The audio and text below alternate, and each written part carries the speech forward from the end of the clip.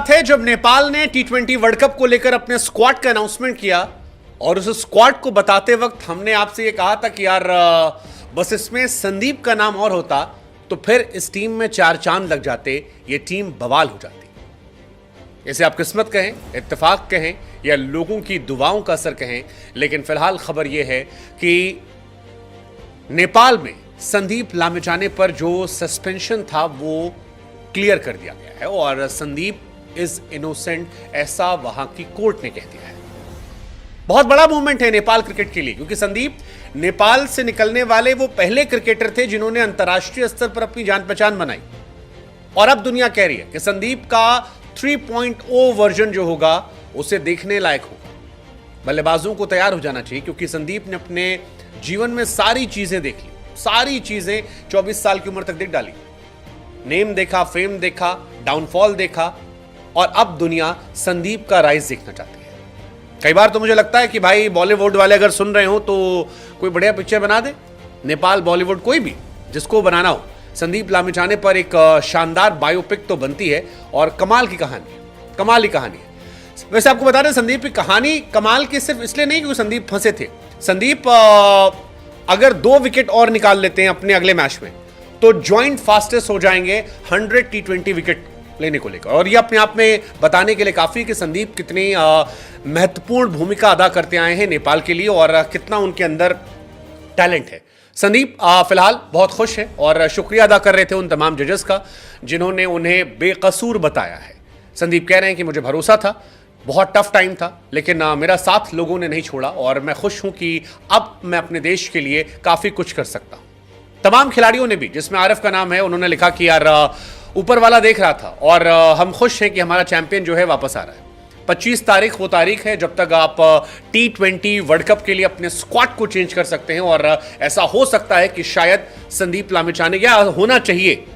हो नहीं सकता, होना चाहिए कि आप संदीप लामिछाने को टी20 वर्ल्ड कप का हिस्सा बना लें, क्योंकि जो खिलाड़ी आपका कप्तान था, जिस खिलाड़ी ने नेपाल क्रिकेट को अंतर्राष्ट्रीय स्तर पर पहचान दिलाई थी, अब जब अदालत ने कह दिया है कि वो इनोसेंट है, वो बेकसूर है, वो बेगुनाह है, तब उसकी जगह बनती है, क्योंकि अंधेरा छट चुका है, अंधेरा छट चुका है। कहा जा रहा है कि क्रिकेट नेपाल जो है वो एक बोर्ड मीटिंग तय करेगा और उसके बाद हो सकता है अगले 24 से 48 घंटे में संदीप के नाम का ऐलान हो जाए। संदीप के नाम की अगर अनाउंसमेंट होती है तो ये अनाउंसमेंट की जानकारी जो है ये हम आप तक ही पहुंचाएंगे, लेकिन फिलहाल खबर यही है कि संदीप जो है वो इनोसेंट है और पाटन हाईकोर्ट ने संदीप को लेकर वर्डिक्ट जो है वो दिया है और उस जजमेंट में उन्हें इनोसेंट बताया गया है। पुराने फैसले को पलट दिया गया। पुराने फैसले में संदीप पर 8 साल की सजा का ऐलान किया गया था और उन्हें कसूरवार ठहराया गया था, लेकिन अब संदीप पर जब यह मामला हटा है तब संदीप टी20 वर्ल्ड कप खेलने के लिए जा सकते हैं। लेट्स जस्ट होप कि वो जाएं। अगर वो बेकसूर हैं तो उनका बनता है, पहले वो कप्तान थे, अब जब वो इनोसेंट हैं तो नेपाल में जश्न मन रहा है, लोगों ने दिवाली की तरह रोशन किया है और पाटन हाईकोर्ट के फैसले को लेकर फिलहाल चर्चाएं दूर दूर तक है। इससे पहले काठमांडू की डिस्ट्रिक्ट कोर्ट जो थी उसने संदीप पर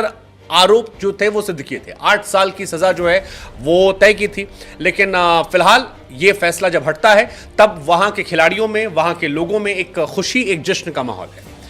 नेपाल